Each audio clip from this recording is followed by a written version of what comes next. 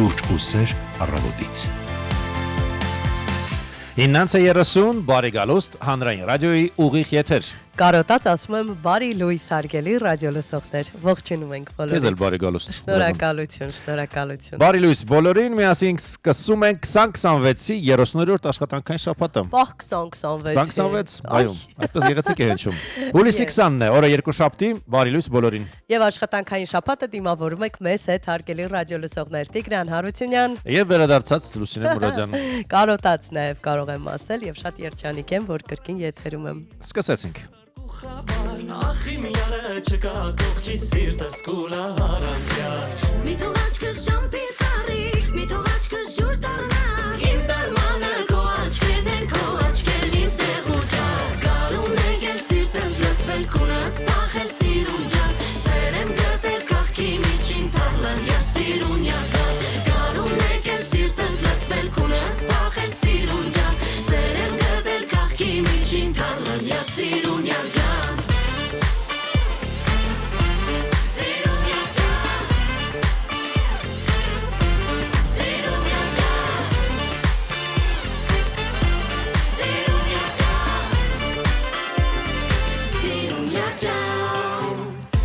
Գնամ սիրտս բանամ, դարդս պատմեմ անցորին Թող որ լուրը հասնի յարիս յարս հերվից հագալիս Արար աշխարհման են եկել, չկա կեսպես աննամա Մեկ ատիկ ես տղոնց միջին սիրտս նավեր կես կտա Գարուն եկել սիրտս լծվել քունս պախել սիրունջան Սեր եմ գտել կաղքի միջին թարլան և սիրունյական Գարուն եկել սիրտս լծվել քունս պախել սիրունջան Սեր եմ գտել կաղքի միջին թարլան և սիրունյական Գարուն եկել սիրտս լծվել քունս պախել սիրունջան Սեր եմ գտել կաղքի միջին թարլան Գարուն եկել սիրտս լծվել քունս պախել սիրունջան Սեր եմ գտել կաղքի միջին թարլան և սիրունյական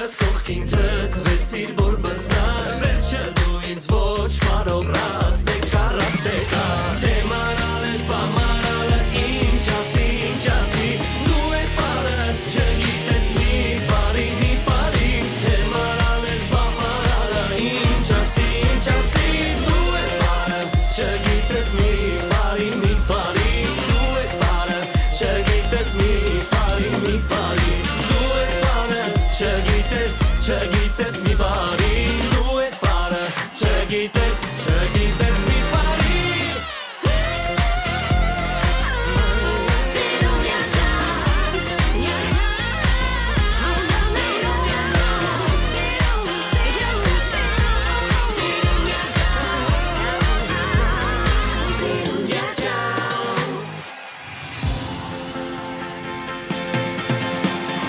Սուրճ ու սեր առավոտից։ 9:35 կրկին ասում ենք բարի լույս բոլորին, ովքեր աշխատանքային շաբաթը սկսել են մեզ հետ։ Բարի լույս հարգելի ռադիո լսողներ, ողջունում ենք բոլորիդ։ Աշխատանքային շաբաթը հաշվում են օրերը բնականաբար նրանք, ովքեր դեռ արձակուրդում չեն, իսկ արձակուրդում գտնվող մարդիկ թող այնպիսի լավ արձակուրդ ունենան, որ նույնիսկ մոռանան թե շաբաթվա որ օրն է։ Թող նրանց համար տպավորություն ստեղծվի, թե յուրաքանչյուր օր շաբաթ կամ կիրակ է, կամ շաբաթ, որտեղ պատնել։ Շատ լավ մաղթանք էր։ Այո։ Կեցես։ Ինչ։ Դժգոհ ես։ Դուր եկավ ինձ շատ։ Է։ Ված լավ չի։ Հիմա ուզում եմ սարկազմ ընկալեմ, Ոչ, չէ։ ես մաղթանք ընդունեցի ամբողջական տարբերակով, հասկանում ես։ Չեմ կարող հասկանալի վիճակի չեմ սարկազմեր թե իրական, բայց այդուհանդերձ։ Դա իմ սրտանց մաղթանքներ բոլորին։ Իսկ իմ մաղթանքը, որ ամեն առավոտ լինի 5 բալ խցանումային նիշը եւ այսպես թեթև մարդ գա հանգիստ հասնի աշխատավայր, ոչ ոք նյարդերը չքայքայի, Արջևի մեքենան պահպանի ճիշտ հեռավորություն 2-ից 3 մետր հեռավորություն, այլ ոչ 2-3 մեքենայի կանաչը երբ վարվում է, արագ տեղից շարժվեն եւ խցանում չառաջացնեն։ Երբ տեղ ես տալիս շնորհակալություն հայտնեն, թեպետ ես մի բան եմ հասկացել, որ հայերը շատ շնորհակալ ազգ են եւ եթե նրանց տեղ ես տալիս իսկապես շնորհակալություն հայտնում են ի տարբերություն մյուս երկրների։ Եթե խցկվում են, ինչ շնորհակալություն հայտնես։ Չէ, խցկվելու մասին չի խոսքը, առհասարակ եթե դու տեղ ես տալիս զիջում ես մեքենային, նա անպայման քեզ շնորհակալություն է։ Դե հուսանք մենք էլ գեղեցիկ մշակույթ է, մենք այդպեսին ենք իմիջիալոց, եթե ուրիշ երկրներում ես ինքս սեփական փորձից համոզվեցի, որ այդպես է, որովհետև հարևան երկրում բացարձակ շնորհակալություն հայտնելու այդ սովորույթը չեմ նկատել։ Ինչևէ 5 բալ է խցանումային նիշ մայրաքաղաքում եւ թու ինչպես ասում են, չունենք նույնիսկ ավտովթարներ, սա բացառիկ առավոտ է։ Բացառիկ, բայց աչքով չտանք, հանկարծ ավտովթար չլինի, շարունակիր հետևել Հայաստանի Հանրապետության տարածքում ավտոճանապարհներն անցանելի են, ինչ վերաբերում է Ստեփան-Զմինդա-Լարս ավտոճանապարհին, այն բաց է բոլոր տեսակի տրանսպորտային միջոցների համար, մնում է միայն այնտեղ հերթեր չգոյանան, ինչը գրեթե անխուսափելի է այս ժամանակահատվածի համար։ Օրինակ Հայաստան-Վրաստան սահմանին մշտապես կարող ես տեսնել հերթեր, բայց ոչ թե Հայաստան-Վրաստան, այլ Վրաստան-Հայաստան սահմանին, որովհետև պետք է շնորհակալություն հայտնենք առանձնահատուկ հայկական կողմի աշխատակիցներին, նրանք շատ կազմակերպված եւ արագ են անում ամեն ինչ, գործընթացն այնքան կազմակերպված է, որ այդ նույն քանակությամբ մարդիկ, որ վրացական հատվածում երկար ու ձիգ հերթեր են կանգնում, առանց հերթերի անցնում են հայկական հատվածով, թեպետ արդարության համար նշեմ, որ վերջին անգամ երբ ես էի գալիս, վրացական կողմում աշխատակիցների թիվը ավելացրել էին, որպեսզի մի քիչ ավելի արագ տեղի ունենա գործընթացը, բայց դա չէր փրկել իրավիճակը, որովհետև կային ահռելի հերթեր։ Ինչևէ, նաև հորդոր մեր հայրենակիցներին հերթերը պահպանեք, մի խցկվեք, ինչպես օրինակ հաճախ մեքենաներով եք անում դա։ Հերթ պահել մենք չգիտենք, դրա համար էլ ստեղծել ենք այդ հերթ պահելու ապարատները։ Մենք չենք սիրում հերթ պահել։ Հարգենք միմյանց, հարգելի ռադիո լսողներ, դա եւս շատ կարևոր է։ Երևանի քաղաքապետարանի կայքից տեղեկանում ենք, որ ունենք երթևեկության կազմակերպման փոփոխություն, այս անգամ Վարշավյան փողոցի մասին է խոսքը։ Այսօրվանից հուլիսի 20-ից երթևեկության կազմակերպման փոփոխություն կկատարվի Վարշավյան փողոցում, մասնավորապես Վարշավյան 3 հասցեից մինչև Վարշավյան 2 հասցե տրանսպորտային միջոցների կանգառը ճանապարհահատվածի երկու կողմերում կարգելվի։ Հա, կրկին կունենանք խնդիր։ Վարշավյան փողոց։ Եվ այստեղ հորդոր խնդրանք, չգիտեմ, ստեղծել հատկապես կենտրոնական հատվածներում մի քանի հարկանի կայանատեղի մաչելի գներով, որպեսզի մարդիկ կարողանան կայանել իրենց մեքենաները։ Պետք է ասեմ, կրկին շատ լավ մաղթանք։ Խնդրեմ, ես այսօր մտքերդ եմ կարդում։ Գնանք օդային տարածքներ, որտեղ հերթեր չեն գոյանում օդային հատվածներում, մեկ հերթեր են լինում վայրեջքից հետո, երբ մի քանի օդանավ միանգամից է վայրեջք կատարում երկիր եւ այդտեղ հերթերը գոյանում են, բայց էլի շնորհակալություն մեր հայ կողմի աշխատակիցներին, որ կարողանում են շատ արագ կազմակերպել ամենը։ Ժամանումների սանդղակում ենք նայում, այո, 2 վաղաժամ ժամանում ունենք, 1 ուշացում ունենք, մնացած չվերթները ժամանակին Հայաստան վայրեջք կկատարեն, վաղաժամները Դուբայի 2 չվերթներն են, բարենպաստ է փաստորեն քամին մեզ համար, 11:25-ի փոխարեն Հայաստան են ժամանելու 10:21-ին, այնպես որ եթե ունեք հարազատներ, ապա ժամանակին նրանց դիմավորեք։ Ուշացման հետ կապված պիտի ասենք, որ Մոսկվայի չվերթը, որ 12:55-ին պիտի Հայաստան ժամաներ, Հայաստանը ժամանելու 13:30-ին, մեկնումների սանդղակն ենք դիտարկում Եվ փորձում հասկանալ ինչ է կատարվում։ Ունենք ուշացում, երկու ուշացում, այն էլ Աբու Դաբի չվերթը 10:45-ի փոխարեն իր չվերթը կիրականացնի 16:25-ին, չեմ կարող ասել ինչով է պայմանավորված այդքան երկարը ժամանակահատվածը, Սոչիի չվերթը 11:50-ի փոխարեն իր թռիչքն իրականացնելու է 13:50-ին։ Դե ինչ ասենք, բարի գալուստ եւ ուրախ տժիշկներ։ Եթե պատրաստում եք տարադրամ գնել կամ վաճառել, ապա նաև տեղեկանանք Կենտրոնական բանկի սահմանած օրվա փոխարժեքներին։ Ամերիկյան $1 օրվա փոխարժեքը 366 դրամ է, 1 եվրոն 419, ռուսական ռուբլու օրվա փոխարժեքը 406 դրամ է, վրացական լարին 139 դրամ է, բրիտանական ֆունտ ստերլինգը 492 դրամ է, դիրհամը Արաբական Միացյալ Էմիրությունների օրվա փոխարժեքը 99.8 դրամ է։ Եվ իրանական ռեալը 0.026 շարունակում է պահպանել իր կայուն դիրքը։ Մի քիչ իջել է, հա, կարծես թե։ Դիրհամն է իջնում։ Բայց մենք չխոսեցինք եղանակից։ Ամենակարևորից բաց ենք թողել։ Այո, այսօր սկսեցինք ճանապարհներից, որովհետև 5 բալ էր, շատ էսպես արտարոց ողջևորվեցինք։ Մինչ այդ տեղեկանանք, որ այս պահին Երևանում 25 աստիճան տաքություն է։ Բավականին լավ է։ Տեսնենք հանրապետության տարածքում ինչ է սպասվում է առանց տեղումների եղանակ ամբողջ տարածքում հանրապետության քամին հարավ-արևմտյանը 2-ից 5 մետր վարկյան արագությամբ, ամպրոպի ժամանակ նաև քամուշ գնացում ունենք 16-ից 20 մետր վարկյան արագությամբ, օդի ջերմաստիճանը խոստանում է, որ էապես չի փոխվի։ Երևանում նույնպես առանց տեղումների եղանակի ամբողջ օրվա ընթացքում եւ օրվա ընթացքում սանդղակը կբարձրանա մինչև +36 Ջերոցի դուրը բացում ենք եւ վայելում ենք։ Ես ուրախ եմ այդ հանգամանքով, գիտես թե որքան եմ սիրում ջերմ տակ եղանը։ Իդեպ Եվրոպայի շատ հատվածներում սաստիկ անձրևներ են սկսել, անդադար անձրևներ են տեղում, իսկ ինչ վերաբերվում է մեր on-line հարթակում, ապա ունենք ջերմ ողջույններ մեր ռադիոլսողներից Տիգրան ջան, Էդգար Սիսակյանը հարցնում է ինչպես ենք, շատ լավ ենք, շնորհակալություն։ Ստյոպ Վարդանյանն է մեզ ողջունում եւ Գայանե Գևորգյանը մեզ Ստրասբուրգից է ողջունում, ասում հաճելի օր բոլորիս։ Բարի լույս բոլորին։ Ինչ տեղի ունեցավ շաբաթ եւ կիրակի, մեր գործընկեր Վեգա Անդրեսյանը իր ծննդյան օրը նշեց, արի շնորհավոր ենք դրան։ Արի սրտան շնորհավոր ենք մեր շատ սիրելի Լուսավոր, Ժպտերես, Անուշիկ եւ ի վերջո լավ մարդ, գեղեցկուհի Վեգային սրտան շնորհավորում։ Սիրով ենք շնորհավորում։ Շարունակիր լինել երջանիկ եւ եղիր ել ավելի երջանիկ, շնորհավոր։ Եվ իհարկե բարի լույս նրանց, ովքեր մինչև գիշերվա 3-ը նստած ֆուտբոլ էին հետևում։ Արգենտինա-Իսպանիա եւ աչքները լույս Իսպանիայի հավաքականի բոլոր երկրպագուները, այո, 16 տարի անց Իսպանիան վերադարձրեց չեմպիոնի տիտղոսը։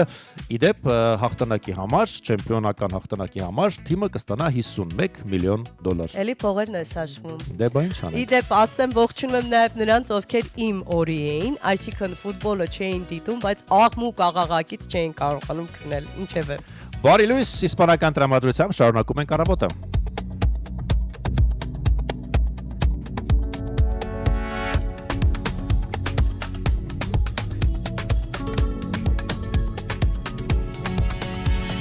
Ese amor llega sin esta manera, no tiene la culpa. Cayó en la sabana porque es muy despreciado, por eso no te perdono, doctor. Ese amor llega sin esta manera, no tiene la culpa. Amor de compra y venta, amor del pasado. Venderé, venderé, venderé, venderé, venderé, venderé, venderé, venderé. Cuando la guionde con ella, porque mi vida yo la aprendí así, porque mi vida yo la aprendí así, porque mi vida, bambolero, bambolera,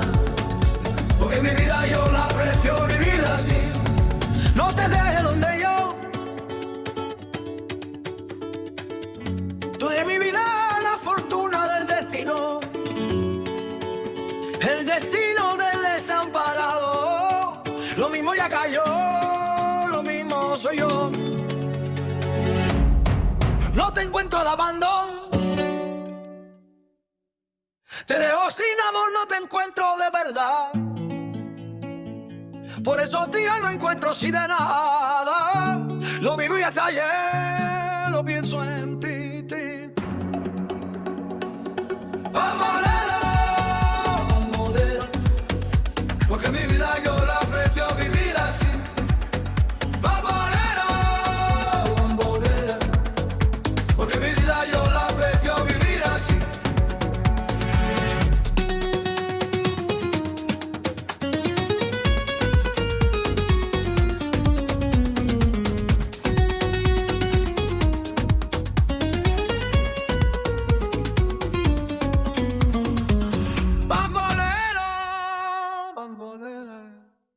Porque mi vida yo la prefiero vivir así. Bambolero, bambolera. Porque mi vida yo la prefiero vivir así.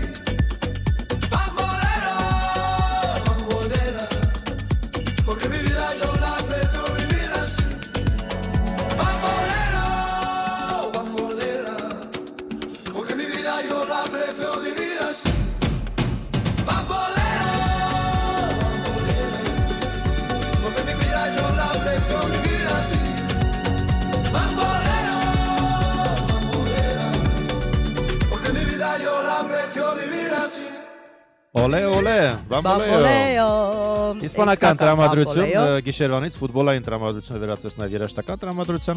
Եվս մեկ անգամ ասեք աչքներդ լույս Իսպանիայի հավաքականի հայ երկրպագուներին։ Լավ, ասենք, խնդիր չկա։ Ասма ոնց ասես։ Ես հասկանում ես այնքան տանջված մարդ ես, որ աղմուկ աղաղակներից չեմ գնել։ Այո, այդպիսի մարդիկ էլ կան, որ Անհարմար բան ստացվեց։ Գիտես ինչի եմ նմանեցնում այս իրավիճակը, ծխողներ եւ պասիվ ծխողներ։ Հիմա ես էլի պասիվ ծխողի կարգավիճակում էի։ Ականջակալ չունես։ Ունեմ, լսի, բայց դե շատ բարձր էին բոլորը բղավում շուրջ բոլորս։ Անմարդկային բարձր Ձեր անկարգությունը աղաղակներ։ գալիս է մեր անկարգությունից, ինչպես ասում։ Դե հիմա ամբողջ աշխարհներ ոչինչ չես կարող անել։ Այո, Չես այո, կարող ասել համամարտկային է։ փոխեք այդ տոնը, որովհետև ինձ դուր չի գալիս։ Դե արի տեսնենք Դե արի։ աշխարհում այսօր Արի, իստոներ արի։ կան հուլիսի 20-ին, այսօր աշխարհը նշում է շախմատի օրը, միջազգային տոն է։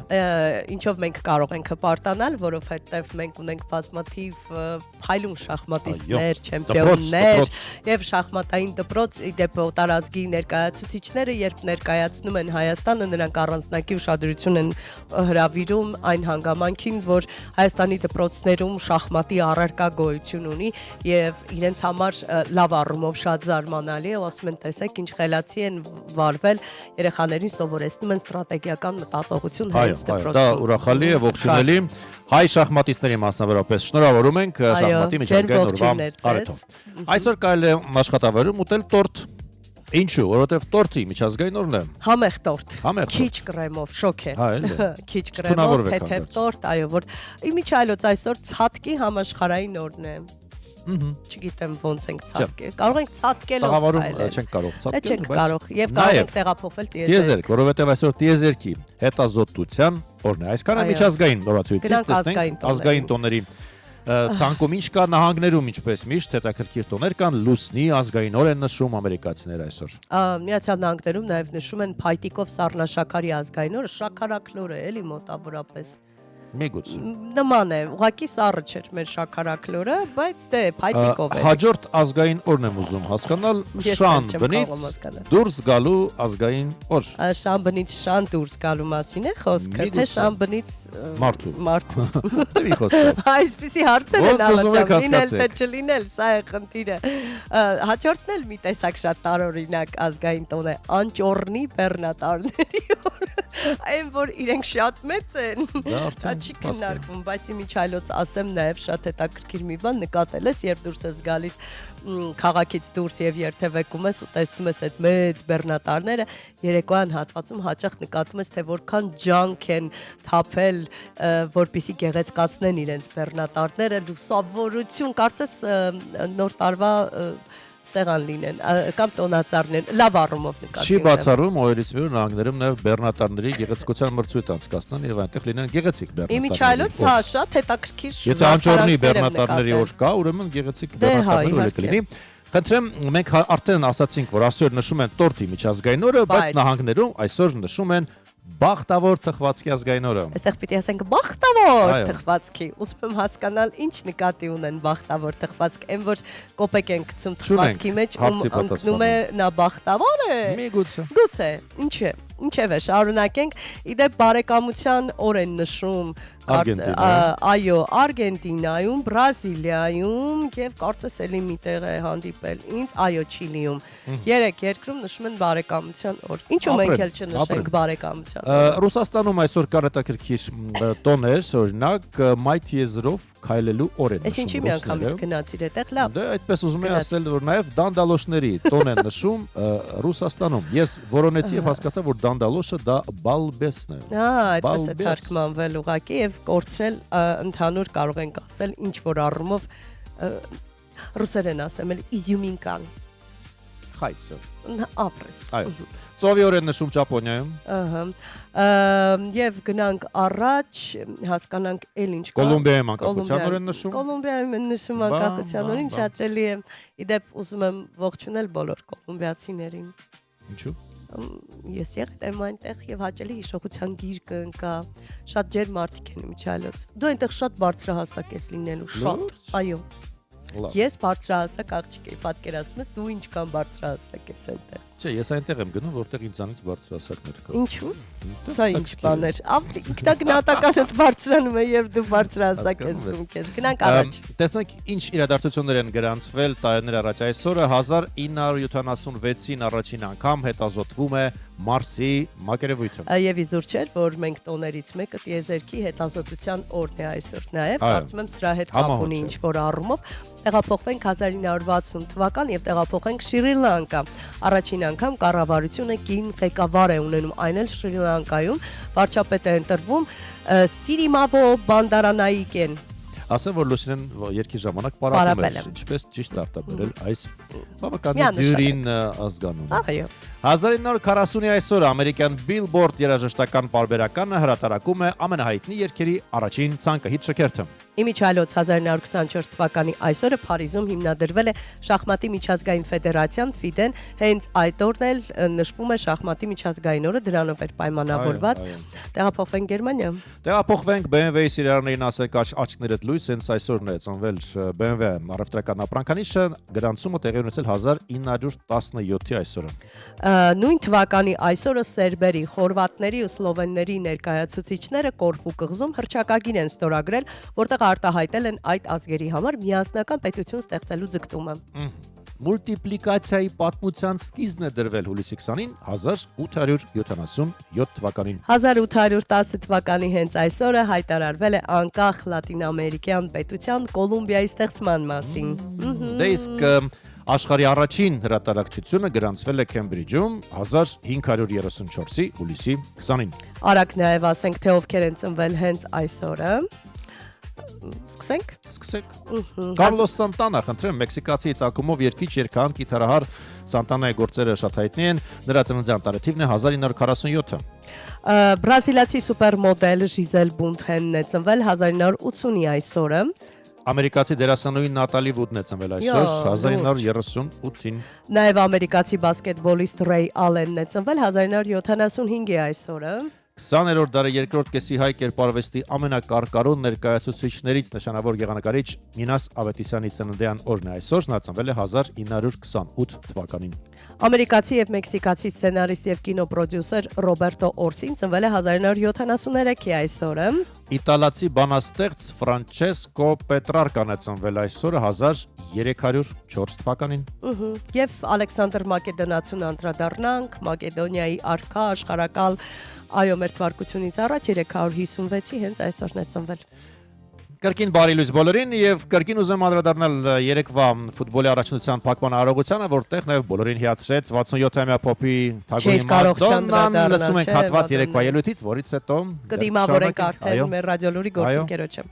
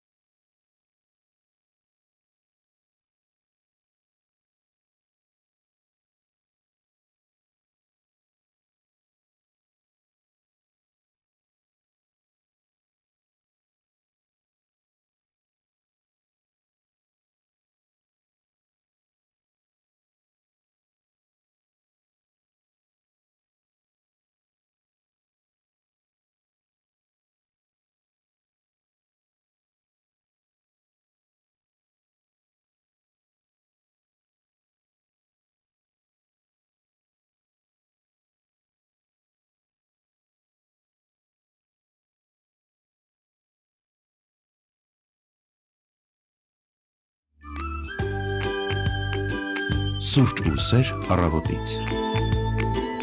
9:57 կրկին ասում ենք բարի լույս բոլորին, նաև մեր գործընկեր Արմինե Գևորգյանին եւս ողջունում ենք։ Բարի լույս։ Լավ ես Արմինե ջան։ Շնորհակալ եմ, բարի վերադարձ։ Շնորհակալություն։ Ոնց հասկանում եմ, դու էլ չես քնել գիշերը։ Այսօր շատ չէ, Սա դեպքն է, որ բոլորի համար է թեժ գիշերը։ Թեժ գիշեր էր տենց։ Իսկ արդյունքները քոսրտով էին։ Այո, ես անկեղծ եմ։ որովհետեւ անկեղծ ասած, բան, մինչև խաղից առաջ ես սթորի նկարեցի, ասացի, որ Իսպանիան է Ես հաղթելու։ տեսել եմ, շատ վստահ ասացի։ Շատ վստահ, վերջում էլ տենց եղբայրս Արգենտինա, մենք չենք խոսում իրար հետ։ Հա, կարող է վուդու տիկնիկ էի պատրաստել արգենտինացի ֆուտբոլիստներին։ Չէ, բայց տենց խռովել է երեկվանից չի խոսում։ Որտեղ երբ որ ես բալետ եմ անում գոռում էի, հա Իսպանիա, ասում էր կարաս ձենդ կտրես։ Մի րոպե,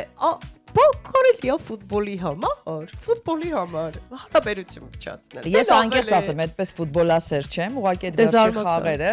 հետաքրքիր է, այդքան մի բան, հա։ Իսկ շախմատասեր ես։ Ես շատ հետաքրքիր շախմատային կյանք եմ ունեցել։ Ոնց թե։ Եղբայրս շախմատի էր գնում, ես էլ ասացի, ես էլ գնամ մի խոսքով։ Ես Ստացվեց այնպես, որ պետք է մրցումների մասնակցենք եւ իմ մրցակիցը բավականին ուժեղ էր։ Եվ գնացինք մրցումների 15 րոպե հետո եկա ասեցի վերջ ավարտվեց ընկեր Տիգրանը ասեց ինչ եղավ հաշիվը ասեցի 1-0 օգուտ ինձ ասեց քեզ որովհետև նա շատ ուժեղ էր ասեցի հա 10 որովհետև մրցակիցս չէր եկել իսկ եթե որ չի ներկայանում բնականաբար այդ գալիս է քեզ ու այդպես ավարտվեց իմ շախմատային բայց կարևորը հաղթանակով է հաղթանակով սկսվեց եւ ավարտվեց Մենք կորցրել ենք գրոսմայստեր Արմինե Գևորգյանին Չէ, տենց հասկացա որ պետք չի էլի ամենտեղ լինել եւ ընդհանրապես շախմատը ավելի ռացիոնալ մտածողություն է պահանջում ես էլ չունեի էլի ոչ ռացիոնալ մտածողություն Բայց դու ես 1-0 Ես չեք թողնում ասեմ մինչև վերջ նկատի ունեի մենք էմոցիոնալ ենք մի քիչ խենթ ենք ռիսկ սիրում ենք շախմատը ավելի այսպես երկու քայլ առաջ այսպես վերլուծել մենք սիրում ենք որ արդյունքը շուտ տեսնենք այո հա դե հիմա Դու լուրեր ներկայացնում հա ես Այն ինչը քոնն է ուրեմն քոնն է վարքյաններ անց լուրեր մեր եթերում որից հետո մենք կվերադառնանք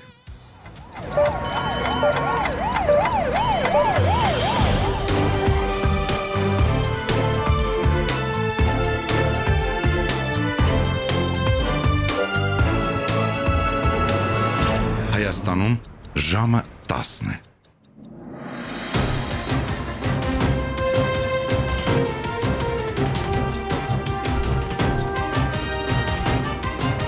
Լուրեր հանրային ռադիոյի եթերում։ Երևանն է խոսում, հանրայինի եթերում լրատվության ժամը, եթերում ռադիո լուրն է, խոսափողի մոտ Արմինե Գևորգյանն է։ Հիբրիդային սպառնալիքների դեմ Հայաստանն այսուհետ միայնակ չի պայքարի Եվրամիության քաղաքացիական նոր առաքելությունը կօգնի մեր երկրին դիմագրավել ստին, կեղծիքին, ապօրինի փողերի հոսքին ու կիբեր հանցագործություններին։ 2 տարի շարունակ մոտ 2 տասնյակ եվրոպացի փորձագետներ խորհրդատվական գործառույթ կիրականացնեն պետական ինստիտուտների, նաև քաղաքահասարակության հետ։ Իդեպ այս առաքելությունը չի գալիս փոխարինելու հայ-ադրբեջանական սահմանին գործող Եվրամիության դիտորդական առաքելությանը, մանդատները եւ խնդիրները տարբեր են։ Միացյալ Նահանգներում դեսպան Նարեկ Մկրտչյանը ամերիկյան արտաքին քաղաքականության խորհրդում մասնակցել է Հայաստանի առաջընթացի ուղին խորագրով կլոր սեղան քննարկմանը։ Դեսպանը ներկայացրել է Հայաստան-ԱՄՆ հարաբերությունների ընթացիկ օրակարգը, անդրադարձել երկկողմ համագործակցության զարգացման հիմնական ուղղություններին եւ ընդգծել տարբեր ոլորտներում առկա նոր հնարավորությունները, ներառյալ բարձր տեխնոլոգիաների, կրիտիկական հանքանյութերի, կիսահաղորդիչների, միջուկային էներգետիկա եւ արհեստական բանականության ոլորտները։ Քննարկման ընթացքում մասնակիցները հարցեր են ուղղել Հայաստան-Միացյալ Նահանգներ հարաբերությունների տարածաշրջանային զարգացումների, Հայաստանի արտաքին քաղաքականության առաջնահերթությունների եւ այլնի վերաբերյալ։ Իսրայելը Բաքվից ստացված զանգից հետո նահանջել է հայոց ցեղասպանության ճանաչման որոշումից հունիսի 28-ին հայտնի է դարձել, որ Իսրայելի կառավարությունը հավանություն է տվել հայոց ցեղասպանությունը ճանաչող բանաձևին։ Փաստաթուղթը պետք է ուղարկվեր Քնեսեթի քննարկմանը։ Իսրայելի պաշտոնյաները վստահեցրել են իրենց ադրբեջանցի գործընկերների օրերին, որ հարցը կհանվի օրակարգից։ Աղբյուրը հայտնել է նաև, որ Նեթանյահուն արգելափակել է քվեարկությունը այն բանից հետո, երբ Ադրբեջանի նախագահի խորհրդականը կապ է հաստատել նրա գրասենյակի հետ, գրում են տեղական թերթերը։ Ավելի վաղ Իսրայելը հետաձգել էր Քնեսեթում Հայոց ցեղասպանության ճանաչող օրինագծի քվեարկությունը, նշվում էր, թե Իսրայելի կառավարությունը նման որոշում է ընդունել հաշվի առնելով դիվանագիտական զգայուն պահը, տարածաշրջանում լարվածությունն աճել է Իրանի հետ հրադադարի ռեժիմի խախտումից հետո։ Այժմ անդրադառնանք միջազգային լրահոսին։ Միացյալ Նահանգների նախագահ Դոնալդ Թրամփը կոնգրեսի հանրապետական կուսակցության անդամներին կոչ է արել Ռուսաստանի դեմ նախատեսվող պատժամիջոցների փաթեթի վերաբերյալ օրինագծում ներառել նաև Իրանը։ Այս մասին Թրամփը գրել է սոցիալական ցանցի իր էջում, վկայակոչելով օրերս կյանքից հեռացած հանրապետական սենատոր Գրեմի դիրքորոշումը։ Հանրապետականները պետք է Իրանը ներառեն Ռուսաստանի դեմ պատժամիջոցների օրինագծում, դա այն է, ինչ ցանկանում է անել Լինցին, եւ դա տեղի էր ունենալու։ Սա կարևոր է, նշել է Թրամփը։ Գրեմը հայտնի էր արտաքին քաղաքականության եւ ազգային անվտանգության հարցերով իր խիստ կոշտ ու ռազմատենչ դիրքորոշմամբ։ Նա ԱՄՆ ռազմական բյուջեի ավելացման եւ Վաշինգտոնի աշխարհաքաղաքական հակառակորդների, մասնավորապես Ռուսաստանի եւ Իրանի դեմ առավել խիստ պատժամիջոցների կիրառման գլխավոր ջատագովներից մեկն էր։ Իրանի գերագույն առաջնորդ Ալի Խամենեիի սպանությունը հնարավոր է դարձել հետախուզական արտահոսքի պատճառով, որի աղբյուրը մինչ օրս անհայտ է։ Այս մասին տեղական պարբերականներից մեկին տված հարցազրույցում հայտարարել է Իրանի արտաքին գործերի նախարար Աբբաս Արաղչին։ Հարվածի ճշգրտությունը վկայում է այն մասին, որ հակառակորդը նախապես տեղեկություններ է ունեցել առաջնորդի նստավայրում փակ հանդիպումների անցկացման վայրի եւ ժամանակի մասին։ Արաղչին նաև խոստովանել է, որ մինչ օրս չի հանդիպել Իրանի նոր գերագույն առաջնորդ Մոջթաբա Խամենեիի հետ, նրան կարողացել են տեսնել միայն շատ փոքր թվով մարդիկ։ Վերջինս ընդգծել է, որ հասանելիությունը Խամենեիին մնում է խիստ սահմանափակ, իսկ նրա հետ անձնական հանդիպման հնարավորություն ունեցող անձանց շրջանակը նվազագույնն է։ Ալի Խամենեին զոհվել էր փետրվարի 28-ին Թեհրանի ԱՄՆ-ի եւ Իսրայելի հարվածների հետևանքով։ Եվ վերջ ֆուտբոլային կրքերին եւ անքուն գիշերներին։ Ֆուտբոլի աշխարհի առաջնության եզրափակչում 1-1 դեմ մրցեցին 2022 թվականի աշխարհի չեմպիոն Արգենտինան եւ 2010 թվականի մունդիալի չեմպիոն Իսպանիան։ 16 տարի անց Իսպանիան կրկին աշխարհի չեմպիոն է։ Լրացուցիչ ժամանակի երկրորդ կեսում Իսպանիայի համար հաղթական գոլի հեղինակ դարձավ Ֆերան Տորեսը։ Նշենք, որ աշխարհի առաջնության եզրափակչին ներկա էր ԱՄՆ նախագահ Դոնալդ Թրամփը, 80-ամյա նախագահ նույնիսկ ոսկե գավաթին դիպչելու հնարավորություն է ունեցել, նախքան այն կհանձնվեր ապագա հաղթողին, երբ գավաթը մի պահ բերել է նրա մոտ վիփոտյակ, նա ձեռքով թեթևակի շոյել է այն։ Իսպանիա-Արգենտինա եզրափակչից մի քանի ժամ առաջ Արգենտինայի ավագ Լիոնել Մեսին Instagram-ում հուզիչ գրառմամբ անդրադարձել էր իր թիմին եւ վերջին տարիների ձեռքբերումներին։ Ինչ էլ լինի, այս թիմն արդեն կերտել է մի պատմություն, որը մենք երբեք չենք մոռանա եւ որը ոչ ոք չի կարող ջնջել։ Առաջ Արգենտինա գրել է 39-ամյա Մեսին, հրապարակելով Արգենտինայի ֆուտբոլիստների, մարզիչների եւ թիմի անձնակազմի համատեղ լուսանկարը։ Իսկ աշխարհի գավաթը հանձնեցին ԱՄՆ նախագահ Դոնալդ Թրամփն ու FIFA-ի նախագահ Ջանի Ինֆանտինոն։ Այսքանն էինք առանձնացրել լրահոսից այս ժամի համար։ Հետևեք իրադարձությունների զարգացմանը Ռադիոլուրի եթերում, խոսափողի մոտ աշխատեց Արմինե Գևորգյանը։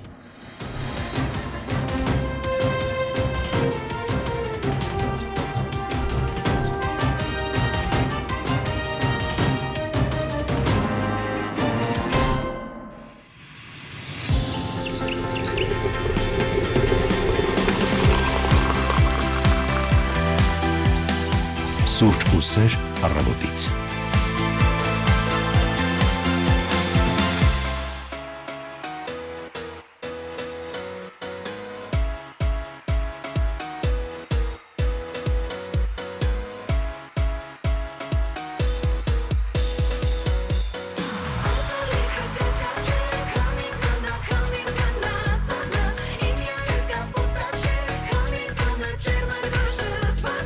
Ինչ անել որ կանաչեմ, քանի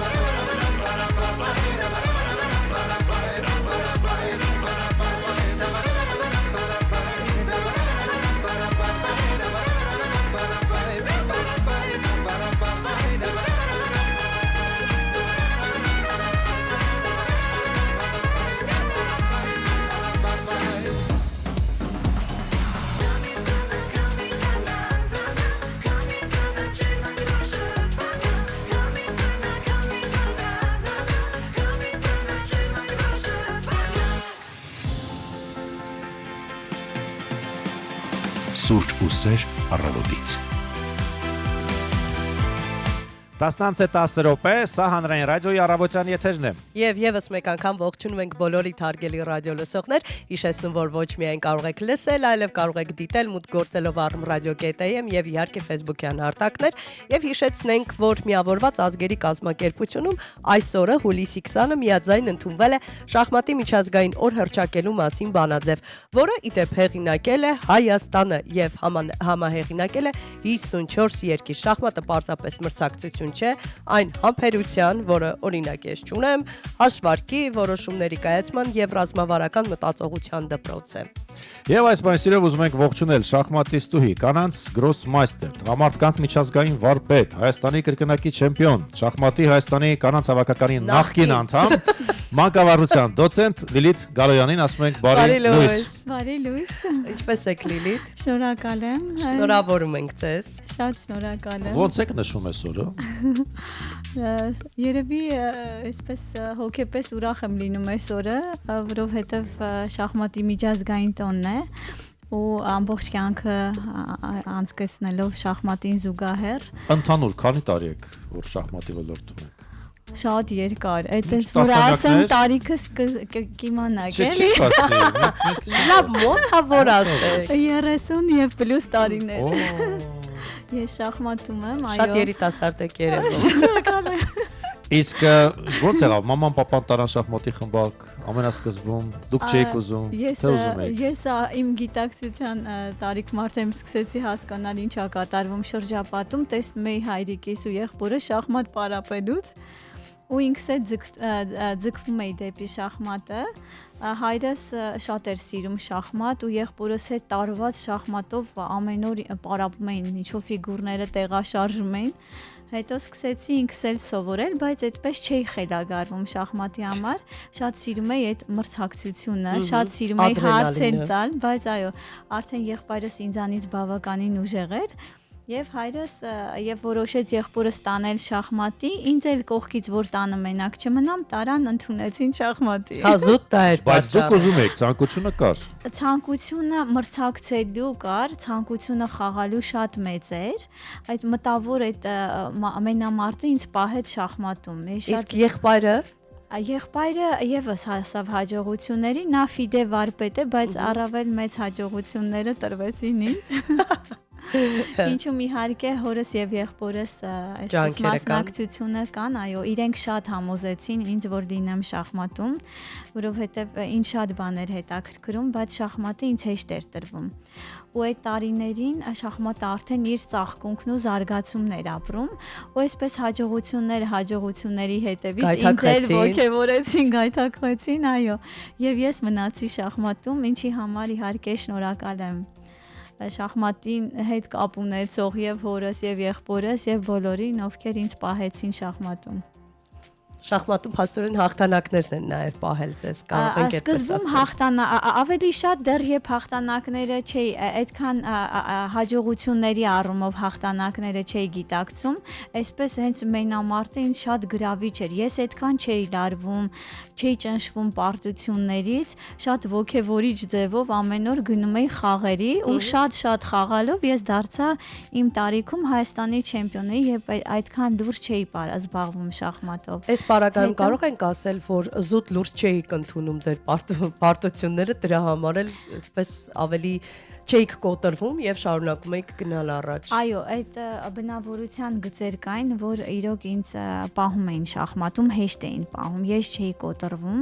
պարտություններից հետո, բնույթով այսպես անալիտիկ եմ, շատ վերլուծում եմ իմ խաղերը, իմ մտովի եւ դրանք հանդիսանում էին խթան, որ առաջ շարժեմ, որովհետեւ այդքան շատ ժամանակ չէի նվիրում դեռևս աշխատելուն, մինչեւ որ արդեն ընտրեցի շախմատը որպես մասնագիտություն, հասկացա, որ արդեն ներկայացնում եմ հավաքականը, պիտի սկզնախաղերն էլ սովորեմ, պիտի իմանամ սկզնախաղից հետո ինչ պլաններ ընտրել, արդեն հասկացա, որ հավաքականում բոլորը շատ ավելի լուրջ են վերաբերվում, շատ սիրում են ու այդ միջավայրն էլ իմ վրա ազդեցություն ունեցավ, դրական ազդեցություն ունեցավ, որ ես հասկացա, որ շախմատը շախմատը իմ կյանքի անբաժան մասն է դառնում։ Պատասխանատվությունը մեծացավ ու լրջացավ ամեն ինչ։ Այո, շատ մեծացավ, իսկ դա ինձ կարևոր էր եւ անհրաժեշտ էր, որտեղ թիմային խաղերը ինձ լրացուցիչ պատասխանատվություն էին դնում ուսերից, ինչը ավելի լրջացնում էր մոտեցումս ու հասկանալով, որ իմ յուրաքանչյուր քայլը անում եմ նաեւ ուրիշների համար, ես ոնց որ առավել մեծ սիրով ու պատասխանատվությամբ էի լցվում։ Եկեք ողջունենք ռադիոլուսովին, տեսնենք ով է մեզ միացել։ Բարի լույս։ Բարի լույս։ Ուսումը ճամբարի վերադարձ։ Շնորհակալություն Տիկին Անահիտ։ Լիլի ջան, թույլտվեք շնորհավորել շախմատի օրվա արդիվ։ Շնորհակալություն։ Այսպիսի բան կար, երբ որ ասում են Էլինա Դանելյան, Լիլիթ Մկրտչյան, Լիլի Դանելյան, արդեն սպասելիքները, չգիտեմ, էլ այսպես էմոցիաներով սպասում ենք մեծ հաղթանակների։ Լիլի ջան, խնդրի մի հարցում փոքրինչ անկեղծանալ։ Կապը թույլատրել են շախմատից մի փոքր, ոնց որ ինձ թվա թե նահանջ ենք ապրում, որտեղ ժամանակին ասենք օլիմպիադաներում երրորդ տեղ, երկրորդ տեղ, ինչու՞ չէ, միշտ գրեթե ցանկանայի իմանալ, այսպես ինչ է կատարվում սերնդափոխությունը, թե ուրիշ խոչընդոտներ կան։ Շնորհակալ եմ շատ։ Շնորհակալություն Տիկին Անահիտ, սպառիչ հարց։ Իհարկե սերնդափոխություն կա, արդեն ես ինքս էլ 8 տարի պրոֆեսիոնալ չեմ զբաղվում շախմատով, զույգերի մայր եմ։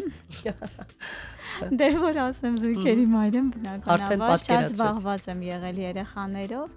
եւ այսպես անցումը բավականին հարթ է եղել, արդեն պրոֆեսիոնալիզմից երեխաներ ու նաեւ քանի որ մանկավարժություն, չի ասի, որ անկում ապրել է կանանց շախմատը, Ընդհանրապես էր ասում հետնորդներ շախմատը։ եկել են, այո, աղջիկներ, երիտասարդ աղջիկներ, Աննա Սարգսյանը, Մարիամ Մկրտչյան, ովքեր իրոք այդպես ցածկով են եկել, ովքեր որ այսպես տարիների վեր մնում են հավաքականում, նրանք էլ այդպիսի աղջիկներ են։ Այս պայդրությամբ ցավոք Աննա Սարգսյանը լքել է հայկական ֆեդերացիան, ինչպես նաև Հայաստանի առաջատար շախմատիստներից երկուսը, ինչը նաև բերել է մի փոքր այս անկմանը, բայց մի քիչ է տեղ է ազատել այլ երիտասարդների, ովքեր կարող են գալ ու համալրել էլի այդ տեղերը։ Չի ասի, որ անկումը այդքան լուրջ է, իրականում տղամարդկանց շախմատում էլի 3 տարի առաջ շռնդալից մեծ հաջողություններ եղան թիմային առանց Լևոն Արոնյանի, որը ցույց տվեց, որ հավաքականի ինքնին արդեն բավականին ուժեղ է առանց նրա, իհարկե նրանով այլ էր ուժեղ։ Կանանց հավաքականում դե այսպես առաջատարները նույնն են, երևի ինչպես նախկինում կարծեմ հիմա էլ այսպես մարշչական ուժն է մի քիչ պակասում, հատկապես կանանց շախմատում դա շատ էական է, որպիսի միշտ լինի մեկը, ում հետ դու պարապես հիմա շատ կարևոր տեղ են տալիս սկզնախաղերին պատրաստվածությանը, ինչը որ լավ է մարզիչը նախապես որոշակիորեն անի, մինչև մարզիկը այդ ամեն ինչին ինքը պատրաստվի, էլի, որտեղ 4-ից 6 ժամ խաղալ եւ 2 ժամ պատրաստվել այդպես 9-ից 11 օր շարունական ընդմեջ, այո, դա բավականին ծանր աշխատանք է։ Այ խոսելով ձեր աշխատանքի, ձեր գործի մասին, հա, իրականում այս շախմատի մեջ կարևոր 3 սկզբունքները, ձեր գործի, այսպես 3 մեխերը, որոնք են։ Առաջինը պատասխանատվություն, երևի Կենտրոնացում, երկրորդը, թե առաջին։ Կենտրոնացում ուղղակի այնքան արդեն հարթ է մեզ մոտ լինում, որ սովորում եք։ Ենթագիտակցական մակարդակում շատ արագ մխրճվում ես դիրքի մեջ, իսկ հաշվարկները կողքը մոռանում ես, էլի։ Որպես բարդություն, ինչ կնշեք, գործի բարդություն։ Գործի բարդություն երևի ավելի շատ այսպես մի քիչ նաև հաջողության տերմինը, որ կարողանաս մոտավոր գուշակես ինչ կխաղա հակառակորդը։ Այսինքն ապագան տեսնելու կարողություն հաշվարկների միջոցով։ Դա էլ իր տեղը ունի իրականում, որովհետև կարողա շատ պատրաստվես, բայց պարզվի, որ այդ սկզնախաղը չի ստացվում էլի, բարձր։ Իսկ այդքաներս ուսումնասիրում եք հակառակորդի մարտավարությունը խաղից առաջ։ Ինչպես այն ֆուտբոլային թիմերն են, չէ՞, ուսումնասիրում, տեսնում են այ ուժեղ կողմերը, թույլ կողմերը, դուք էլ եք ուսումնասիրում ձեր։ Շատ կարևոր է, անգամ ոչ միայն սկզնախաղին ես պատրաստվում, իսկ պրոֆեսիոնալ շախմատում, օրինակ գրոսմաստերները ունեն մի քանի տեսակ սկզնախաղեր, որ բարդ լինի պատրաստվել ու իրանց հետ պատրաստվելուց օգնես էլ։ Իսկ նաև այդ մարտավարությունը նայում ես ոճը, նայում ես որ սկզնախաղերում ոնց է խաղում, որտեղ Թույլ կողմերն եք հաշվարկում։ Թույլ կողմեր, այո, դու կարող ես այդպես նուրբ քայլերով բերես այն դիրքի, որտեղ զգում ես, որ ինքը կարա ավելի վատ դրսևորի, էլի, իր ունակությունները, այդ ամբողջը մարտավարություն է։ Իսկ էմոցիաները հոգեբանությունը տեղ ունի շախմատում։ Կանանց շախմատում հատկապես ասում են շատ տեղ ունի, որովհետև կանայք առավել էմոցիոնալ են ու այսպես կանանց շախմատում երբեմն տրամաբանությունը կարող նահանջի լուրջ եւ առաջ գան ավելի այսպես էմոցիաները, ցանկությունները, այս քայլը դուրս գայս ապտի անպայման իրագործեմ, հա։ Ես էլ նոր իմ գործընկերոջը Արմինեի ռադիոլուրի Գևորգյան ասում եմ մենք շանսեր չունենք, մենք շատ էմոցիոնալ ենք, փաստորեն մենք մենակ չենք։ Լավ էլ ունենք շանսեր։ Բոլոր իհարկե դա նաև շախմատ իմ համար կանանց շախմատը շախմատի գեղեցիկ կողմն է։ Որովհետև հիմա շախմատը շատ ինֆորմացիոն է, շատ համակարգիչների մասնակցությամբ, այսպես տղամարդիկ շատ են աշխատում, շատ ավելի ժամեր եւ իրենց սկզնախաղային այդ հատվածը ինչքան էլ այսպես պրոֆեսիոնալ է, մի քիչ ձանձրալի է։ Ազուտ շատ հաշվարկված է ամեն ինչ, հա, այսպես։ Այո, անգամ որ ինչ որ մի քայլ անում են, պահի տակ չես հավատում, որ ինքն է արել։ Մտածում ես դա երևի համակարգիչը, ես իմ որ խորության վրա առաջարկել է այս քայլը։ Կանանց դեպքում մի քիչ ամեն ինչ փոխվում է։ Ավելի ռեալիստական է կանանց բարագայում, հա։ Էմոցիոնալ է։ Ու այդպես այնտեղ անգամ թիմային խաղերում մարզիչներն են մի քանի տախտակի վրա, այսպես շատ հետաքրքիր խաղեր են։ Իսկ պայքարում եք էմոցիաների դեմ։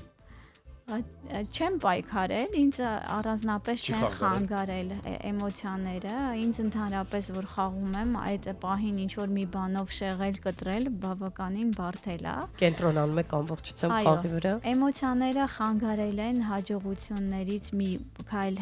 առաջ, այսպես հետ ավելի շուտ, այդպիսի ասացված կա, որ հանձնվելու ցանկությունը այսպես գալիս է հաղթանակից քիչ առաջ։ Իրոք դա շախմատիստները կարծեմ շատ են զգում այդ աֆորիզմի բանը, կարևորությունը, որովհետև կրքերը բորբոքվում են, լարվածությունը մեծանում է անկախ քո ցանկությունից։ Ու ինչքան է դու դա սթափ գիտակցում ես ու առ ժամանակ հայտնվում ես այդ իրավիճակում, պիտի ունենաս այսպես ռեսուրսներ, ֆիզիկապես կարողանաս դիմադրել այդ ծանր մրցապայքարի վերջի խաղերը պատվով դուրս գալու համար։ Դա շատ բարդ է, հենց կանանց շախմատը ցույց է տալիս նաև կանանց ֆիզիկական այդ ավելի նրբությունը, ինչին տղամարդը ավելի հեշտ է դիմակայում հենց բնատուր ֆիզիկական ուժի շնորհիվ, էլի։ Ինչ է տվալիս շախմատը մարդուն, կարող եք կին տղամարդ առանձնացնել, որովհետև որքան հասկանում եմ առանձնահատկությունները շատ են։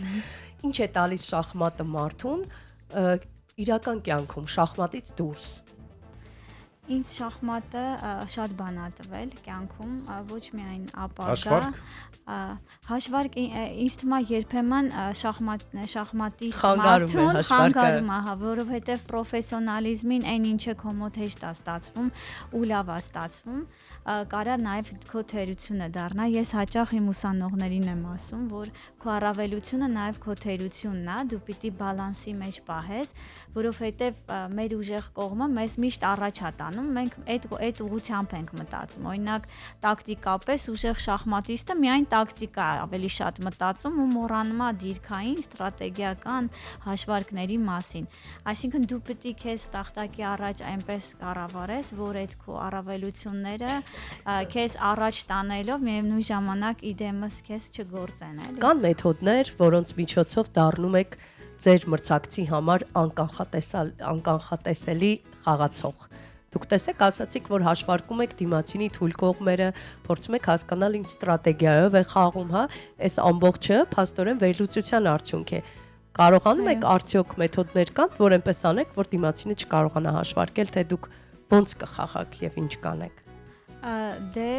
այդքան անկախատեսելիությունը ճիշտն ասած Իվերջո ձեզ են, չէ, ուսումնասիրում խաղից առաջ։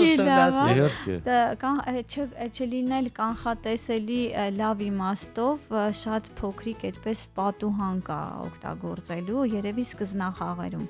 Հակառակ դեպքում, եթե հակառակորդը եւս քո ուժի է կամ մոտավորը մի ուժ է խաղում, բնականաբար ինքն էլ փորձում է խորաթափանցել, ներթափանցել քո քայլի այսպես իմաստների մեջ հասկանալի համար ինչ է արել ու ինչպես դրան պատասխանել։ Լիլիթ, ամենավարդ խաղը, որ միջև կյանքի վերջ կհիշեք։ Սա երևի նաև ինձ համար դաս էր մի պարծայում, այսպես ես կարծեմ ունեի 5-ից 5 միավոր ու 6-րդ խաղը ֆիզիկապես թույլ էի, մի քիչ հիվանդ էի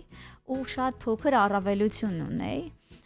Իմ բնույթի համաձայն ուզում էի հաղթել, պարտադիր, որտեղ զգում էի, որ հաղթելու եմ ու այդ դիրքում ավելի լավ եմ կողմնորոշվում։ Խաղացինք մոտ 120 քայլ 7 ժամ, որ ես պարտիան հաղթեցի, բայց ես այդ մրցապայքարի տեղից գնացի հյուրանոց, որը երևի մի կիլոմետր չկար, ես հասկացա, որ իմ ուժերը ես սպառեցի այդ օրը, հասկացա, որ դու պիտի զգաս նաև այդ ուժերի բաշխման բանը, ընթացքը, որ միշտ չի, որ այսպես հենց տվյալ պահի հաջողությունը քեզ ապահովում է հաջողություն ամբողջ մրցապայքարի համար։ Խաղերից հետո ինչպես եք վերականգնում ուժերը։ Խոսքը մտովի ուժերի մասին է նաև, որովհետև ամբողջությամբ էներգիան այնտեղ է գեներացվում։ Ինձ մոտ շատ լավ ֆիլտր է գործում։ Ես այդպես եւ հոգեբանորեն եւ շախմատի մեջ երևի ինձ շատ օգնում է այդ արագ բաց թողելու, պարտադիր վերլուծելու, արագ բաց թողելու ունակությունը։ Կյանքում ես շատ հեշտ մարդ եմ թվում, չնայած ներքուստ իմ մեջ շատ բարդ պայքարներ ու իրադարձություններ են ընթանում։ Այդ ամեն ինչը թվում է ես շատ հեշտ եմ անում ու մի անգամ էլ մի պարտիա շատ վատ պարտվելուց հետո հիշեմ, որ մարզիչս չէր ուզում ինձ հաջորդ խաղին, որ ես խաղայի, բայց ես հիմնականում խաղացել եմ իմ երրորդ խաղատախտակին, բայց հաջորդ օրը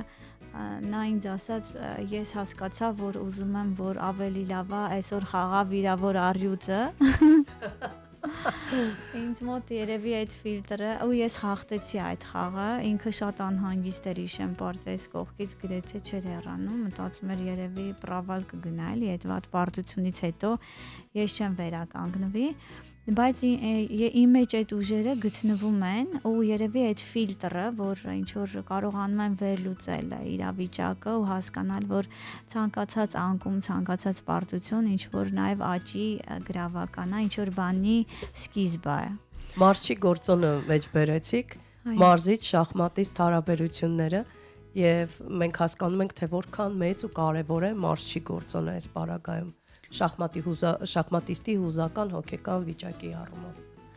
Իրականում ավելի շատ կայուն եւ ուժեղ են այն շախմատիստները, ովքեր այդ կախումը չունեն։ Իմ հաջողությունների այդպես կանգը ոչ շատ մեծ ցածկերը կախված են եղել, որ ինձ միշտ պետք է եղել մարդ, ով ինձ համոզի օգնի, որ ես լինեմ, մնամ շախմատում ու աշխատեմ, ինչը ինձ հեշտ է տրվել, բայց իմը շատ այդպես չի եղել, ինչքան որ տեսել եմ այլ նվիրալների մոտ, ովքեր կարող են ժամերով նստեն, պարապեն, իրեն շախմատը ամեն րոպե։ Իրանք են ինձ պահել շախմատում ու այս դեպքում այո նվիրալ մարզիչը զգում է մարզիկին ու պահում է կարողանում է գտնել ռեսուրսներ եւ լինել այդ ռեսուրսը, որ պահի նման մարդկանց շախմատում էլի շատ կարեւոր է մարզիչի դերը, որտեղ դու նաեւ իր նվիրվածության աշճանից դու ինքդ էլ մոտիվացվում ես ու հասկանում ես, որ դա թիմային աշխատանք է, դա այն աշխատանքն է, որ ոչ միայն քեզ է պետք էլի։ Ի շախմատում իմ տիպի մարդուն, ով ոչ միայն շախմատով է բավարարվում, դա շատ կարևոր է, զգալ քո կարևորությունը, երբ որ մենակ տախտակի առաջ ժամերով ֆիգուրներ ես տեղաշարժում, էլի։ Դա ինձ համար շատ մեծ ու բարդ աշխատանք է։ Մենք հասկացանք, որ շախմատիստները գեր մտածող մարդիկ են, որոնք մշտապես նրանց ուղեղը գեր լարման տակ է, եւ փաստորեն ամբողջ կյանքը դա մտածողությունը եւ հաշվարկ է ձեր բարագայում։ Ծանր ուղեղային ծանրաբեռնվածություն կարող ենք ասել, հա։ Հաշվարկ գիտեք կարելի է հաշվարկ ասել, այսպես շախմատիստը գիտի եւ դադարել հաշվել, դա եւս շատ կարեւոր է կյանքում։ Մարդ կա, այո, կարող է ինչ որ մի իրադարձություն անդադ պտտացնի գլխում, ի շախմատիստը լինելով, այսպես ձեր ասած ու այդ ուղղվածությամբ հակված անալիտիկ մտածելակերպի իմանա այդ ստոպի կոճակի տեղ։ Անալիտիկ մտածողությունը չի խանգարում ձեզ կյանքում, երբ դուք երկու քայլ առաջ տեսնում եք մարդու վարքագիծը եւ գիտեք ինչ է լինելու։ Մեկ չի լինում, որ ասես, բա չտեսնեի, էլի չհասկանայի։ Շախմատիստները այո շատ էմպաթիկ են նաև, որովհետև երկար ժամանակ դու մրցակցում ես մի մարդու հետ, փորձում ես գուշակել իր մտքերը, դա գերզգայունություն է առաջացնում, մարդիկ սկսում են դիմացինին զգալ, իրոք զգալ մտածելակերպը, բայց չի ասի, որ կյանքում դա վնասում է, որովհետև շախմատային միջավայրը մի քիչ սենց յուրահատուկ մաքրություն ունի, շատերը իրար հետ էլ այսպես շփվում ընկերանում են ու նաև ես շախմատից դուրս ունեմ ընկերներ, որոնք իրոք իմ աշխարհից են ու ես չեմ նեղում, որ կարող մի քիչ տարօրինակ լինեմ այլ աշխարհում։ Թույլ տվեք եւս մեկական շնորհավորել ձեզ շախմատի միջազգային օրվա առիթով, մաղթել նորանոր հաջողություններ, հիշեցնենք մեր զրուցակիցներ Հայաստանի կրկնակի չեմպիոն, նաև մանկավարության դոցենտ շախմատիստուի Լիլիթ Գալոյանը, կարճատև դադարից հետո շարունակենք։ Շնորհակալ եմ։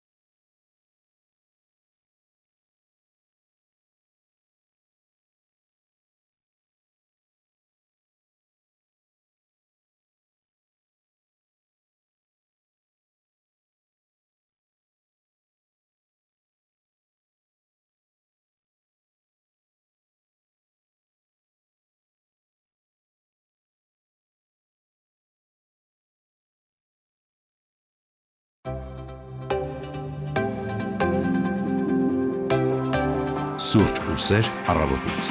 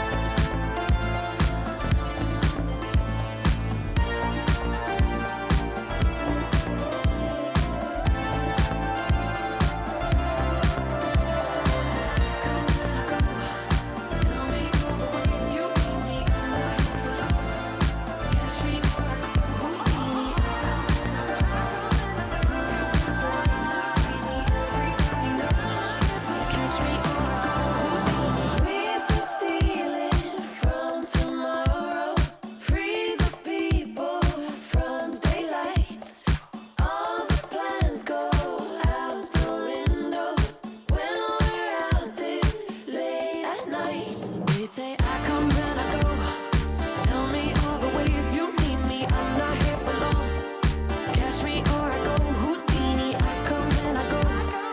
Prove you got the right to please me. Everybody knows. Catch me or I go Houdini.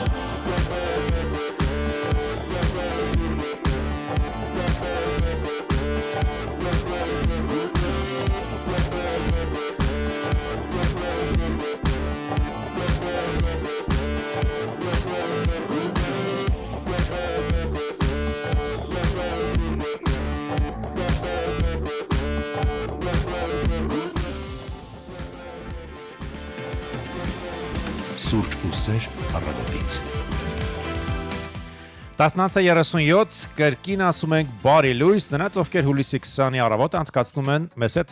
Շնորհակալություն ենք հայտնում բոլորիդ հարգելի ռադիոլսողներ։ Հիշեցնենք, որ դուք մեզ ոչ միայն կարող եք լսել, այլև կարող եք դիտել, ոչ միայն դիտել, այլև մեկնաբանությունների դաշտում գրառումներ կատարել։ Մենք անհամբերությամբ սպասում ենք նաև ձեր ողջույններին եւ իհարկե գրառումներին։ Շնորհակալ եմ հարգելի շատ սիրելի Էդիկ Բաբուջան գեղեցիկ կոմպլիմենտի համար եւ շարունակենք մեր Այո, շարունակում ենք աշխատել եւ շախմատի մասին ենք ուզում շարունակել խոսել, որտեղ այսօր շախմատի միջազգային օրն է եւ մենք պեղել ենք ձեզ համար հետաքրքիր փաստեր շախմատի մասին։ Դե բոլորդ էլ կարծում եմ գիտեք, որ շախմատը ծնվել է հենց Հնդկաստանում մոտավորապես 1500 տարի առաջ եւ այն հայտնի էր որպես չատուրանգա անունով, այլ ոչ թե հենց շախմատ։ Դե իսկ նաեւ տեղյակ եք, որ շախմատը տարածվել է Պարսկաստան, ապա արաբական աշխարհ եւ վերջապես Եվրոպա, որտեղ ստացել է իր ժամանակակից տեսքը։ Չգիտեմ գիտեիք թե ոչ, բայց թագուհին սկզբում ամենահզոր խաղաքարտը չի եղել։ Նրա ներկայիս ուժեղ քայլերը ձևավորվել են միայն 15-րդ դարի վերջում, ինչը խաղը դարձրել է շատ ավելի արագ, հետաքրքիր եւ դինամիկ։ 1997-ին Deep Blue համակարգիչը հաղթեց աշխարհի չեմպիոն Գարի Կասպարովին դասական հանդիպման մեջ, սա արհեստական բանականության պատմության կարևոր իրադարձություններից էր, որ գրանցվել է դեռ 1997-ին։ Բաբա, այն ժամանակ ասում էին համակարգիչը, ոչ թե արհեստական բանականությունը։ Իդեպ նաև տեղեկացնենք, որ պրոֆեսիոնալ շախմատիստները հաճախ հաշվարկում են 10-ից 20 քայլ առաջ, բայց հիմնականում գնահատում են ոչ թե բոլոր հնարավոր տարբերակները, այլև ամենահավանական շարունակությունները։ Հետազոտությունները ցույց են տալիս, որ շախմատ խաղալը կարող է բարելավել կենտրոնացումը, հիշողությունը, ռազմավարական մտածողությունը եւ խնդիրներ լուծելու հմտությունները։ Իսկ շախմատի ամենաերիտասարդ աշխարհի չեմպիոնը Գարի Կասպարովն էր, որը նվաճել է տիտղոսը 22 տարեկանում, իսկ դա տեղի ունեցել 1985 թվականին։ Ամենաերկար տեսականորեն հնարավոր շախմատային պարտիան ըստ ժամանակակից կանոնների կարող է գերազանցել 5000 քայլը։ Աստվածներ, քանի ժամ է տևում։ Թեև իրական խաղերում նման երկարություն գրեթե երբեք չի հանդիպել։ Իդեպ Հայաստանը, ասացինք արդեն, համարվում է շախմատային առաջատար երկրներից մեկը, Հայաստանի շախմատի ֆեդերացիայի գլխավորությամբ երկրի հավաքականը մի քանի անգամ դարձել է համաշխարհային օլիմպիադայի հաղթող։ Քիչ անց կխոսենք շախմատի ամենատարօրինակ եւ զավեշտալի պարտիաների մասին, այնպես որ մի փոխեկարիքը շարունակեք մնալ մեզ հետ։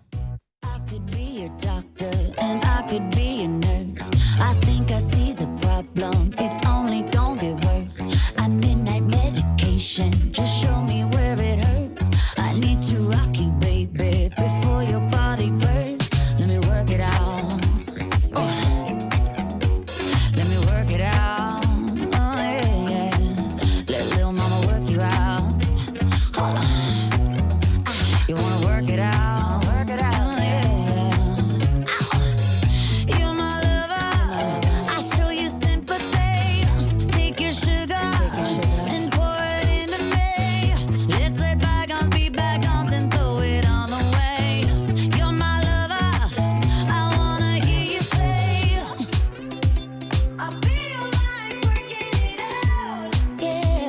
If that's something you wanna do, yeah, I feel like working it out. Baby, if you want me to, I could be a doctor and I could be a nurse. I think I see the problem, it's only gonna get worse. I need night medication, just show me where it hurts. I need to rock you, baby, before your body bursts. Let me work it out. Let me work it out. Oh, yeah. Let little mama work you out. You wanna work it out? Yeah. Are you on the fence? Still playing on the side?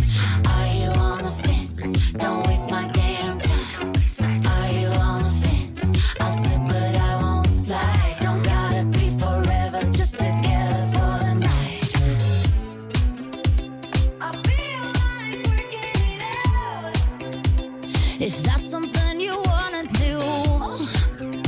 Yeah, I feel like working it out. Baby, if you want me to, I could be a doctor and I could be a nurse. I think I see the problem. It's only gonna get worse. A midnight medication, just show me where it hurts. I need to rock you, baby, before your body bursts. Let me work it out.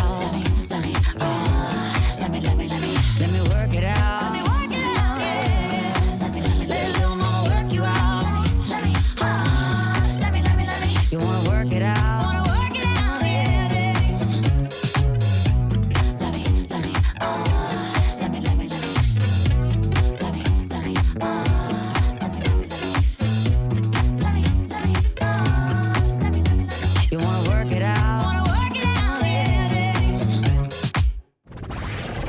The station with the best music. Առավոտը լավագույն նյութերով հանրայինի ուղիղ եթերից 11:43։ Եվս մեկ անգամ ողջունում ենք բոլորիդ հարգելի ռադիո լսողներ, շնորհակալություն ենք հայտնում ջերմ արձագանքների ու խոսքերի համար։ Մանուշակ Թումանյանը մեզ մաղթում է ամառային հրաշալի առավոտ եւ մեզ հետ սուրճ է վայելում։ Շնորհակալություն ենք հայտնում։ Առաջարկում ենք շարունակել ըմպել մեկ գավաթ սուրճ մեզ հետ միասին։ Մենք նաեւ ձեզ ենք փոխանցում մեր սերը։ Եվ այսօր այն օրն է, երբ աշխարհը խոսում է շախմատի մասին, նշում ենք միջազգային օրը շախմատի, եւ կարծում հետաքրքիր կլինի նաեւ տեղեկանալ պատմության ամենատարօրինակ եւ զավեշտալի պարտիաների մասին եւ դեպքերի մասին։ Ներկայացնենք մի քանիսը, օրինակ սկսնակ խաղացողներից մեկը որոշել էր պարզապես կրկնել մրցակցի յուրաքանչյուր քայլը։ Սկզբում դա աշխատում էր, բայց հետո սպիտակը կատարեց այնպիսի քայլ, որ սևը ստիպված էր նույնը կրկնել եւ անմիջապես մատ ստացավ։ Այդ պատմությունը հաճախ օգտագործվում է որպես օրինակ, թե ինչու չի կարելի կույր ընդօրինակել մրցակցին։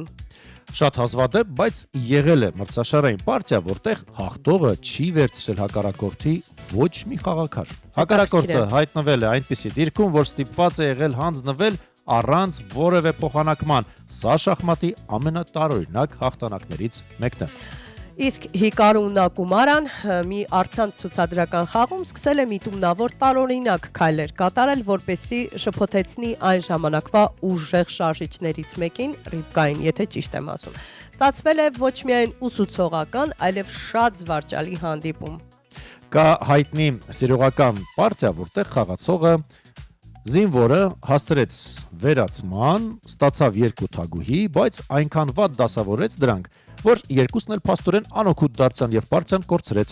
Դա մինչ օրս հիշատակվում է որպես նյութական առավելությունը վատնելու դասական օրինակ։ Իսկ 1972 թվականի աշխարհի առաջնության առաջին պարտիայում Բոբի Ֆիշերը կատարել է մի անսպասելի սխալ, վերցնելով թունավորված զինվոր, ինչի հետևանքով պարտվել է գրեթե հավասար դիրքում։ Այդ քայլը մինչ օրս համարվում է աշխարհի առաջնությունների ամենահայտնի վրիպումներից մեկը։ Եվ նաև անդրադառնանք գրոսմայստեր Միլան Մատուլովիչին, ով մեկ պարտիայում սխալմամբ կորցրել է թագուհուն եւ փորձել է հետ վերցնել իր քայլը, ասելով ուղղում եմ խաղաքարը, արտահայտություն, որը սովորաբար օգտագործվում է միայն խաղաքարը տեղում ուղղելու համար։ Մրցավարաչ թույլատրեց եւ դեպքը դարձավ շախմատային հումորի դասական օրինակ։ Այսպիսի հետաքրքիր պատմություններ են եղել եւ առհասարակ շախմատը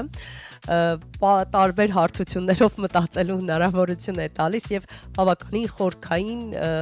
խաղաքարեր ունի, հա, պարտիաների մասով ստրատեգիաներ ունի։ Այո, խաղացեք շախմատ եւ նաեւ նույնը հորդորեք ձեր երեխաներին եւս։ Այո, եւ զարգացրեք ուղեղը։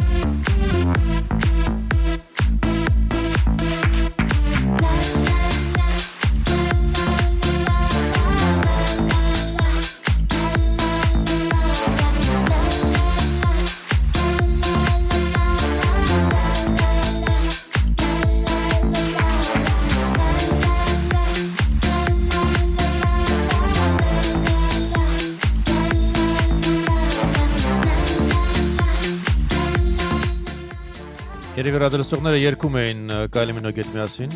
Ինձ թվում է դու առաջինը։ Ինչու ոչ։ Որովհետև Շատ հեշտ է։ գաղտնիք չէ, գիտեք, ֆավորիտները Տիգրանի երաժշտական ինդուստրիայից Մայքլ Ջեքսոն, Մադոննա եւ Kylie Minogue։ Եվ ոչ մեծ Դե առաջին երեքն էի ասում, էլի։ Հիմա թանկյակը միշտ փոփոխվում է։ Բայց ինչու ոչ, տրամադրություն բարձրացնող Kylie այս հայտի հիթի ռեմիքս տարբերական, տեսնում ես։ Շատ սարկազմը կարի երկելուց մեջ։ Դեպից մոտ էր, ընդհանուր մոտ էր։ 10:50 Շարունակենք, դեռ ունենք ժամանակ մեր եթերում, բնականաբար եթերը դեռ չի ավարտվել եւ հիմա ուզում ենք խոսել մեկ այլ երաժշտուհի մասին, 56-ամյա Ջենիֆեր Լոպեսի մասին ենք խոսելու, ինչպես գիտեք, նա վերջերս մասնակցեց Սիցիլիայի Տաորմինա քաղաքում կայացած Dolce & Gabbana Alta Moda միջոցառմանը, երկչույն բացի շլացնող իր արտաքինից Dolce & Gabbana-ի վերջին, այսպես շլացուցիչ զգեստները ներկայացնելուց բացի նա նաև անկեղծացել է բեմից, արտիստը խոստովանել է, որ վաղուց արդեն սովորել է թանկարժեք կնոջ պիտակին արժանանալուն։ Մարդիկ տարիներ շարունակ նայել են ինձ եւ մտածել, որ ես շատ թանկ եմ։ Եվ դա ճիշտ է, բայց ես ունեմ իմ սեփական փողը, ասել է Ջենիֆերը։ Աղջիկներ, ճիշտ եմ, նաև այսպես հարցրել է բեմից Ջենիֆերը, մեզ պետք չէ, որ ինչ-որ մեկը մեզ համար իրեր գնի, չնայած երբեմն դա հաճելի է իհարկե։ Դե հաճելի է, բայց դու պետք չէ։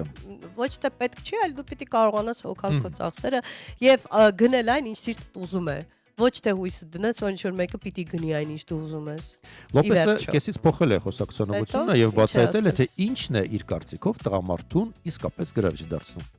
Տղամարդուն է գրավիչ դարձնում։ Այո, Ջենիֆերի կարծիքով։ Խելքը, հումորի զգացողությունը։ Հասկանանք։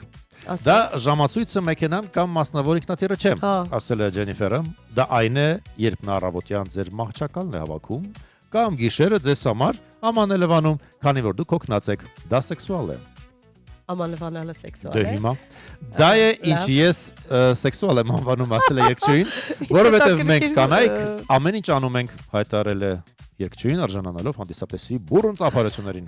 Այսպես ասեմ, հա, տղամարդը միշտ էլ պիտի օգնի կնոջը եւ կինը պիտի իմանա, որ իր թիկունքն ամուր է եւ եթե հոգնած է, այո,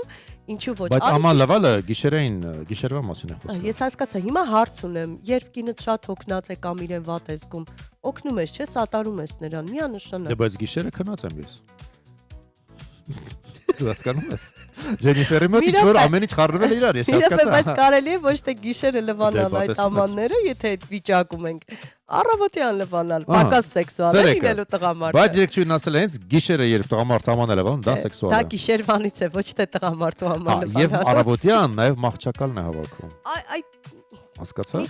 Մի խոսքով, ուզում է ասի երևի ընդհանրացնելով կարող ենք ասել սեքսուալը երբ տղամարդը հոգատար է։ Այո։ Շատ խառը մտքեր են հնչել մի խոսքով Dolce & Gabbana-ի ցուցադրության ժամանակ, ավելի լսենք նրան։